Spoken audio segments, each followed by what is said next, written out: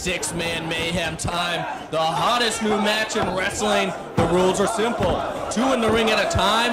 When someone leaves, someone else can just come in, and the first fall wins it. We have Jimmy Jacobs hustling it up in there with Delirious. On the outside, Caprice Coleman, Rainman, Loca the Carnage Crew, and Matt Sydal. And it's going to be particularly interesting to see what Loca of the Carnage Crew, what type of mood he's in, and if he wants to wrestle or if he's going to turn this into a fist fight. You definitely know he has to be angry, but right now he's got to concentrate on this match, not the new and improved Carnage Crew. And we got Jimmy Jacobs taking the arm of Delirious. And have you heard anything about Delirious having a lizard face? I heard that's why he wears a mask. Oh, I'm not sure how closely FCC regulates DVDs, so I'm just going to let that one go. Well, that's the rumor going around. He's always wearing that mask. He's a very odd individual. And right now he's in there with another odd individual, Jimmy Jacobs, but a nice pinning combination. Paul Turner with just a 2 count. One of the few things that you see from the lighter wrestlers using a bridge there. Nice use of the bridge. Any combination could be a pinning combination if you've got good bridging technique. Delirious, very unpredictable, an odd individual, usually speaking in tongues. As right now, Jacob's grabbing the arm again. And you know it's only a matter of time before this one breaks down. A 6-man mayhem. What an exciting match this has become. And what's Delirious doing right now? He's just toying with Jimmy Jacobs. And Jacobs is hustling it up right now. That is a move that you will not see in Athens at the Olympics. You think that Bruiser Brody used to do that kind of stuff? Bruiser Brody would have planted Delirious by now. We would be giving him last rites. And Jimmy Jacobs now trying to give last rites himself to Delirious, but Delirious hanging on to the ropes, and he gets pulled down into a neck breaker.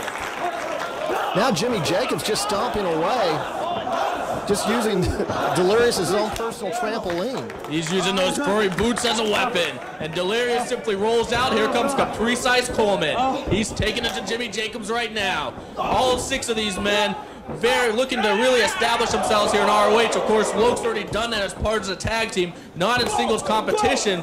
Basically, these guys all have a job on the line. They have a spot on the line. They need a win to climb the ladder and solidify their standing in ROH. I like the way that the Coleman, the first thing that he does when he gets in the ring is takes advantage of his size. He's the biggest man in the ring right now, and he's using that. Now comes across with the senton, and then off the ropes, SI moonsault, but Jimmy Jacobs gets his knees up. And Caprice trying to roll out. Rainman seen his opportunity. Oh, a tag team side splitter. Beautifully done by Rainman and Caprice Coleman, taking advantage of the situation. And Matt Sydal sees an opportunity and drop kicks them both. Standing into Geary, into the Hurricanrana.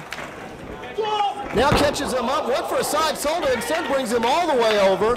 Now SI moonsault into the senton, the cover, hooks the leg, and Loke's going to come in to make sure he gets out if he didn't get out on his own. That's one thing about this 6-man mayhem match. You have to make sure no one is around when you go for that pinfall or submission, or someone will make the save. 6-man mayhem, we've seen it. The Last Stand at our best. Reborn stage 1, stealing the show every time. Let's see if he can do it one more time. Loke, beautiful running knee, and now Sydal's bailing out, but here's Delirious. And he gets that Saito suplex from Loke. Loke is fired up. You know that he might be in the ring with a Delirious or Rainman, but he's thinking new and improved Carnage Crew.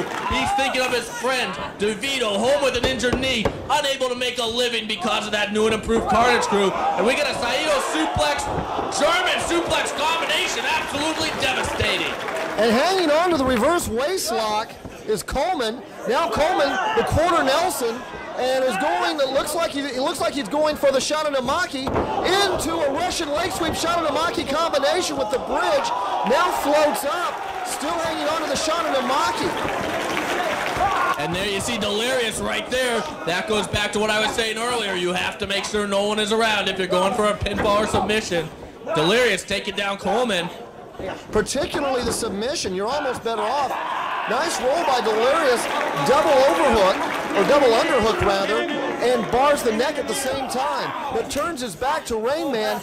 And you said it earlier, Jimmy, it's going to be really hard, particularly if you're going to try for a submission move. because it takes so much time to tap out, it's going to give the other men an opportunity to come into the ring and make the save. Well, right now we have a lot of bodies down on the outside, but Matt Sydal isn't one of them. As he sees an opportunity, he's going after Rainman. Rainman crawling for the ropes. Tight roll by Sydal, then rides up into the reverse chin lock. And look at Jimmy Jacobs. Impressive move coming in from behind. Camel clutch type maneuver. Nord the Barbarian never did that one. Oh, but he has taken kicks like that before. Look, firing it away with the brutality. Cross leg now by Loke. Looks like he wants to set for a cross leg Boston Crab. And Coleman, big Yakuza kick. Shining Wizard by Delirious. And a heel kick by Rainman. And a super kick by Sydal. And a Yakuza kick by Jimmy Jacobs. And a roll-up by Loke. This could be it. Loke had those trunks. Loke is the wild card in this match. Of the 6 men in the ring, he's probably the biggest brawler. Loke will wrestle, but I think he's more comfortable turning this into a street fight. Especially with the mind frame he must be in these days. And Delirious is going up.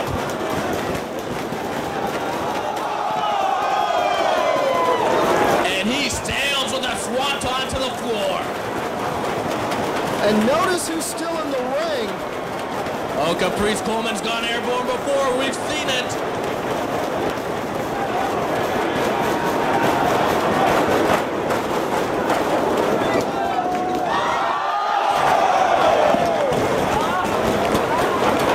And the crowd in Dayton eating up this high-flying action, as you can only see in Ring of Honor.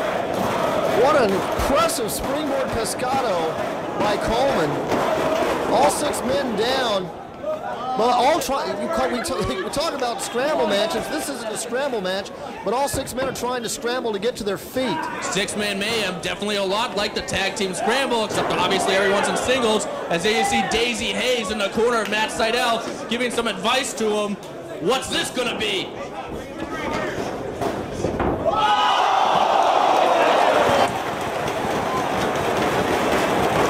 Both Rainman and Sydal going airborne. With their backs turned. I don't know if I've ever seen anything like that. You talk about your suicide dives. They both went over the top rope backward, which is hard enough to do athletically to begin with, but you are talking about needing eyes in the back of your head. These guys all have jobs on the line. They're going to do anything.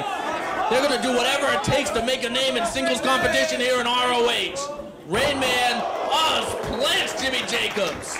Sydal trying to take advantage. It looks like he's getting up to the top rope. Yeah, you have to watch out for Sydal. Oh, shooting star onto the pile of bodies. That'll break up a pinfall. And Jacobs has got to be out because he was underneath all that. Delirious breaking it up. But Jimmy Jacobs is going to be out of this match for a while.